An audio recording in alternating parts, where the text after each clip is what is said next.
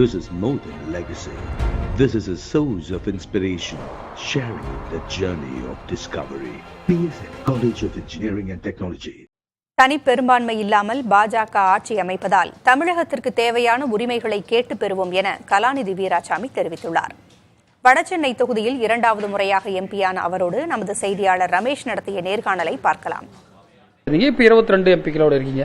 ஆனா ஒரு விமர்சனம், உங்களுடைய லாங் டியூ பெண்டிங்ஸ், தமிழகத்துடைய நீட் தேர்வு விலக்கு, இதே போல இலங்கை தமிழர் பிரச்சனை, இதையெல்லாம் எப்படி வரக்கூடிய, ஏன்னா கடந்த ஆண்டுகளே உங்களால அது ஒரு சக்சஸ் பண்ண முடியல. இது எப்படி சார் மீண்டும் நம்ம சக்சஸ் பண்ண போறோம்? இல்லை, இப்போ இது நான் தான் சொன்னேன் இல்லைங்களா, இப்போ நடக்க போவது ஒரு கூட்டணி ஆட்சி அப்படின்னு இருக்கும்பொழுது அங்கே நமக்கு இருக்கும் தொடர்புகள், அவர்களிடம் அதை வலியுறுத்தி இதோட முக்கியத்துவத்தை பற்றி அவங்களுக்கு சொல்லி அதை நாங்கள் கண்டிப்பாக எடுத்து செல்வோம்.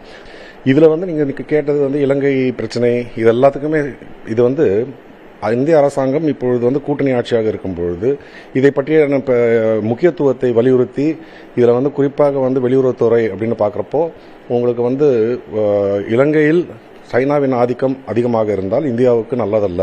அதனால் அங்கே இருக்கும் தமிழர்கள் பாதுகாப்பாக இருந்தால்தான் அவர்கள் நமக்கு ஆதரவான ஒரு நிலைப்பாட்டில் அவர்கள் அங்கே இருப்பார்கள். அதற்காக அவர்களுக்கு நாம் கொடுக்க வேண்டிய உரிமைகளை பெற்று தர வேண்டும் அப்படின்றதெல்லாம் வலியுறுத்தி சொல்வோம். அடுத்ததாக கர்நாடக மாநிலத்தில் மேகதாது அணை விவகாரம் இருக்கு. இப்போ கர்நாடகாவில் 17 இடங்களுக்கு மேல பிஜேபி வின் பண்ணிட்டாங்க. மாநில அரசும் அந்த அணை திட்டத்தை நிறைவேற்றுவதில் காங்கிரஸ் அரசாங்கம் உறுதியாக இருக்கிறது, மத்தியிலையும் உறுதியாக இருக்கிறார்கள்.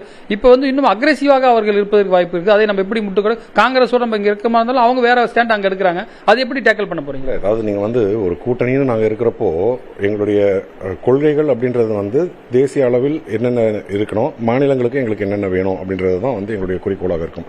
இப்பொழுது கர்நாடகாவில் அணை கட்டணும்னு அங்கே யாராக இருந்தாலும் சரி, பாஜகவாக இருந்தாலும் சரி, காங்கிரஸ்காரர்களாக இருந்தாலும் சரி, அணை கட்ட வேண்டும் என்று அவர்கள் சொன்னால் அவர்களுடைய முடிவு இல்லை. இது காவிரி மேலாண்மை ஆணையம் அப்படின்னு சொல்லிட்டு ஒன்று இருக்கு. ஸோ அந்த ஆணையத்தில் நாமளும் உறுப்பினர்களாக இருக்கிறோம். நாம் நம்மளுடைய பிரச்சனைகள் என்ன இருக்கிறது, அது ஏன் கட்டப்படக்கூடாது அப்படின்றத பற்றி நம்ம அதை தெளிவாக சொல்லுவோம். ஸோ அந்த ஆணையத்தில் அதை கட்டுவதற்கான அந்த பெர்மிஷன் கொடுக்கறது அப்படின்றது நடக்காது அப்படின்றது எங்களுக்கு ஒரு கான்ஃபிடன்ஸ். ஏடிஎம்கே சைடில் நாங்கெல்லாம் எம்பியா இருக்கும்போது நிறைய, அதாவது காவிரி கெசட்ல கொண்டு வந்தோம் அப்படின்ற விஷயங்கள் அவருடைய சாதகமாக சொல்கிறார்கள். அப்படி இருக்கும் பட்சத்தில் நம்ம எம்பிக்கள் தொடர்ச்சியாக போயிட்டு இவ்வளவு பேர் ஜெயிச்சு ஒன்றும் பண்ணல அப்படின்றதுக்கான வாய்ப்புகள் இருக்குமா? அதை எப்படி நீங்க ஓவர் கம் பண்ணி, குறிப்பாக நிதி சார்ந்த விஷயங்களை எப்படி கேட்டு பெற போறீங்க சார்? நான் தான் சொன்னேன் இல்லைங்களா, இப்போ பாஜக ஆட்சியில் இருந்த பொழுது, அதாவது ஒரு ப்ரூட் மெஜாரிட்டியோட அவர்கள் தனிப்பெரும் கட்சியாக இருந்து ஆட்சியை அமைக்கும் பொழுது இருக்கும் அந்த போக்கு அப்படின்றது இதற்கு மேலே இருக்காது. அதனால மாநிலங்கள் கேட்பதை அவர்கள் செய்வதற்கு அழுத்தம் கொடுப்பது அப்படின்றது பாஜக உங்களுக்கு மட்டும்தான் கிடைக்க வாய்ப்பு இருக்கு. கூட்டணி இல்லாத எதிர்கட்சிகளுக்கு எப்படி கிடைக்கும்? குறிப்பா மெட்ரோ ரயில் திட்டத்துக்கு ஃபண்டே இல்லைன்னு சொல்றீங்க. அது எப்படி அதாவது கார்டியலா கேட்டு வாங்குறதுக்கான முயற்சிகள் பண்ண முடியுமா? இல்ல, கார்டியலா கேட்டு வாங்குறது தான் இப்பொழுது இப்போ உதாரணத்துக்கு இப்போ எங்கள் தலைவர் அவர்களுடைய தொடர்புகள், இப்போ அவர் சந்திரபாபு நாயுடு அவர்களுடன் நல்ல தொடர்பில் இருக்கிறார்.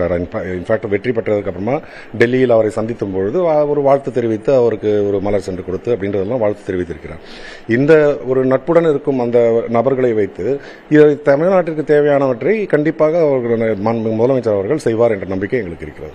பல்வேறு விவகாரங்கள் குறித்து இரண்டாவது முறையாக எம்பியான பிறகு நமக்கு விரிவாக பகிர்ந்திருக்கிறார் புதிய தலைமுறைக்காக ஒளிப்பதிவாளர் ஜோஸ்வாவுடன் Ramesh. This is more than legacy. This is a source of inspiration, sharing the journey of discovery. PSN College of Engineering and Technology.